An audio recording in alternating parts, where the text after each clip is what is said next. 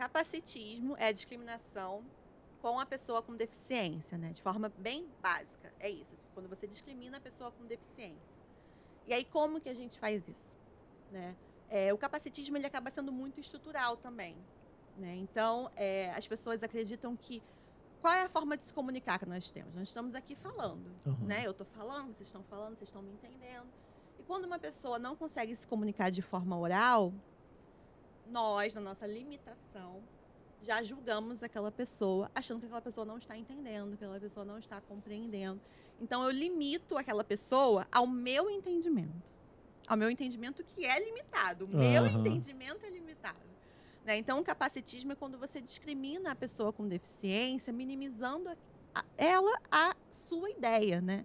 Então, por exemplo, a gente ouve muito, porque o autista é um anjo azul. Porque a pessoa com síndrome de Down é uma eterna criança, né? Que hoje em dia a gente nem chama mais síndrome de Down, se chama T21, trissomia do cromossomo 21.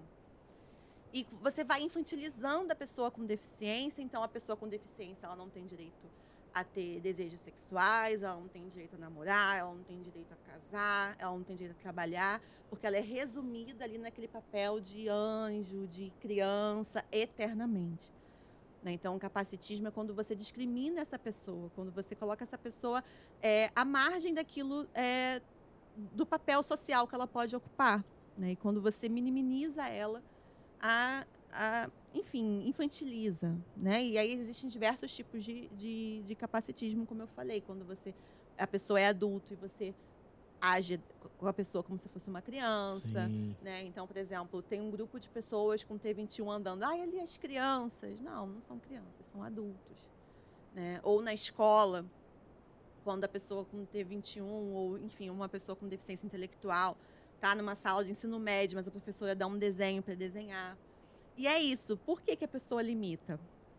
Por que a pessoa limita o outro? Porque ela acha que ele não está entendendo só porque ele não está se comunicando da forma como a gente acha que tem que se comunicar. Mas a comunicação... Então, assim, eu estou falando aqui com a minha boca, eu estou oralizando, mas existe a comunicação alternativa, que é a comunicação com os cartões, existe a comunicação com o olhar, que a pessoa vai indicando para as letras e vai montando a frase que ela quer. Então, é tão diverso a comunicação, é tão diversas as diferentes formas de viver, né? E voltando àquele modelo, né, social.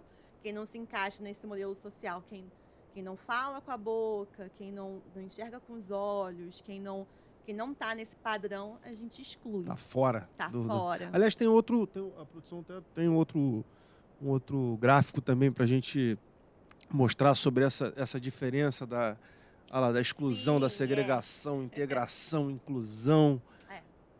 Fala um pouquinho pra gente, professora. Porque é isso, assim, quando a gente começa a pensar na pessoa, a história da pessoa com deficiência, né? A pessoa com deficiência, ela era excluída. Há muito tempo atrás, né, as pessoas eram mortas, nasciam com deficiência, não se adequava à sociedade. Aí o tempo foi passando, essa pessoa continuava a par da sociedade, não tinha espaço, não era produtiva, né? Nesse mundo que a gente vive, que tem que ser produtivo. E aí depois, vamos criar um espaço específico para essa pessoa. Então, todo mundo vai ficar só no mesmo espaço. Então, tem as pessoas ditas normais na sociedade e tem as pessoas que estão à margem da sociedade, estão em lugares específicos só para elas. Depois foi pensado, vamos pensar então que essas pessoas podem estar com a gente, mas não estão com a gente assim. Então, elas vão estar na sociedade, mas vamos criar espaços, por exemplo, falando em relação à escola. Nós temos a escola regular, que a gente chama que é a escola das pessoas ditas típicas, né? As pessoas ditas normais, que esse termo não é o adequado.